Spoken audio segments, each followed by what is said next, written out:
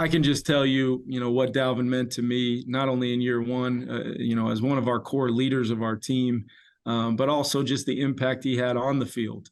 His consistency, his toughness, durability, playing through some different things and consistently being out there for us in critical moments, and just some of the huge plays that he made, right alongside Kirk and Justin and the rest of our offensive players. Really, will never be lost on me. But we want what's best for Dalvin, and Dalvin knows that, and we continue to work through, that situation, knowing that the respect that the Minnesota Vikings and our organization have for Dalvin has been earned. But it's more than that, Mike. It's we care about obviously the player, and ultimately he's under contract, and very much something that, I don't take for granted, having had Dalvin Cook on this team and what that's meant to me as a coach here in year one. Lots of past tense trickling in, as Pete Demolitis points out. It really is. I mean, yeah. He knows which way the wind's blowing. We all do. Look, I asked him in that same interview about Justin Jefferson, and there was no hesitation. No timeline on getting a contract done, but he's going to be a Minnesota Viking. That's never going to change. He's going to be here. And then when it's Dalvin Cook, it's all very measured and appreciation. Yeah. I think it's as simple as... So why? Where is this? Why are we at this here? I'm a little surprised by this. I think it's as simple as Dalvin Cook is due to make $10.4 million in salary this year. $2 million of it's already fully guaranteed, but it doesn't matter. It's subject to offset. If they cut him, he's going to get his $2 million somewhere else. This is about, at this stage of his career, is it worth it dollar for dollar to pay him $10 million when you've got Alexander Mattison, and they like Ty Chandler, who's 25, but he's only in his second season. Yeah. So we go younger, we go cheaper, and we devote the resources elsewhere, like to signing Justin Jefferson. So I think it's as simple as that. And the problem is, whatever they would be willing to offer Dalvin Cook less than 10.4, he probably doesn't want. He probably is a point where he would just like his freedom. So he'll take even less than that to go somewhere else. Yeah. He's just going to say, no. How about we pay you 6? No. How about we pay you 7? No. And I don't know what their max is. I don't know what their max is. Or what he can get on the free market. But I just get the feeling that whatever they have suggested so far he said no. Isn't enough. Yeah. And it's just a matter of time before he's traded with a contract revision or he's just cut loose. Because otherwise, what we would have heard from Kevin O'Connell last week would have been more unconditional, unequivocal, unambiguous. He's going to be here. I mean, I get all that you're saying there. I get it. I do. I understand the position, and we just talked about it in the first segment of the show with Jahmyr Gibbs, and the value of the running back, or the lack of value because of the car crashes and injuries and all that too. But at the same time, like $10 million for a guy that, I mean, there's only a few that can just run down the sidelines for an 80-yard touchdown, like we just talked about with Jahmyr Gibbs. I mean, you don't beat the Bills unless he runs 80 yards down the sidelines. 3 moments last year. Let me start with the Dolphins. Go ahead. Because a lot of people think he's going to end up in Miami. I don't know that there's a spot for him there, but he's good enough that maybe you make one. Right. He supplied like a 55-yard dagger to beat the Dolphins when it was still in doubt. Yeah. Boom. Right gone. up the middle. Right. Yeah, right. I got it. Down 27-10, third quarter against the Bills. They don't score quick. They're not going to come back. 80-yard touchdown. Right. One of those moments where you're like, well, this just got a little more interesting. They're still in this. Yeah, they're still going to lose. Right. But exactly. Made it well, exactly. And then the Colts, the greatest comeback in NFL history. What tied the game up and sent it to overtime? Dalvin Cook with a screen pass, jailbreak, gone, touchdown. So, and look, I know Kwesi Adofo-Mensah, the GM of the Vikings, is big into analytics, but Kwesi, if you're watching, first of all, thank you. Second of all, who are you going to replace this guy with? I understand the idea of going dollar for dollar cheaper.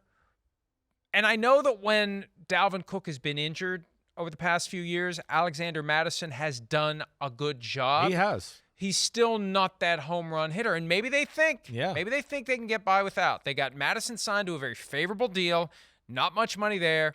They have Ty Chandler, and maybe they're willing to go with those guys because look at what they've invested into the passing game.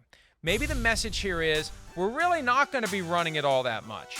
We've got Justin Jefferson. We've got TJ Hawkinson at tight end. We added Jordan Addison with a first-round pick. KJ Osborne is a guy that Kevin O'Connell was very positive and glowing about. So maybe they're just going to make do with Alexander Mattison and Ty Chandler and not expect any big plays from the backfield, any of those 80-yard catch and run or handoff and off he goes, and just rely upon the passing game. Pass to set up the run, build a lead, and then pound away with Mattison and Chandler. That may be what they're trying to do. And now that the defense is better, they can get away with it. Yeah. We'll see. It's a hell of a risk, but it sure feels like Dalvin Cook isn't going to be there. It does seem that way. I'm still, I listen, I get it. I know it's easy for me to sit here at a table and talk to you, and it's not my $10 million, and I'm not running a team. And he has a shoulder thing like you've talked about. Shoulder's fine now. He's been playing with one shoulder. Now he's playing with two. His agent says that all the time. I know, right. Until he, has to take on Micah Parsons in the hole, and then there's got back to one. So that could be scary, right? But, yeah, things seem like they're on the up and up there. I'm one to sit here just as a guy who sits here on the outside like you and evaluates and watches and all that to go, I don't know. I'd have a hard time letting him go anywhere right now. I still think you're a team that's going to have to rely on the offense and points and yards and all that. The defense will be better, but how much better? I don't think it's going to be dominant that way. And, like you're talking about, he's special in the fact that he could change the scoreboard in a hurry. There's only a few of them in football. And I know it's $10 million, right? And it's $10 million in cash, but they only like dead cap. It's like 8 something, right? They're going to save a ton of money cap wise. To me, when I balance those things out, I'd go, I think I'd keep the player right now for one more year. That's kind of where I land, but that's a tough one at that position. I know the other side of it too is, does he really want to be there? That's true, right? It's easy for him to kind of fade into the background and not say anything when he knows that things are being worked out behind the scenes that quite possibly will result in him being gone. He doesn't have to take a stand. Maybe he's made his wishes known that he's ready to move on, and they're just trying to be as coy as they can be about it so they can trade him, just like they traded Zadarius Smith. Yeah. Maybe they can do one of those grains of rice, grains of sand, balance out the you give us a 4th-round pick this year, we'll give you a 5th-round pick next year, and you give us a 6th-round pick this year, we'll give you a 7th-round pick next year, and they get some value. They move on from the $2 million, but they're going to avoid the $2 million easily because, I don't know. At this point, the longer you hold him, the less he's going to get on the open market. Seats are going to fill up. If the Dolphins are interested, they used a 3rd-round pick on a running back. And they got Raheem Mostert, and they've got several very good running backs there. Hey, you know what? How about this? I hadn't thought about this. But if you would trade him to the Dolphins, maybe you get one of those running backs get him back from Miami, they might. And then that's how you replace Dalvin Cook. Trade's one thing. That's you're bringing up an element where trade, okay, he's going to see his money. The release thing's a different thing there. I don't know.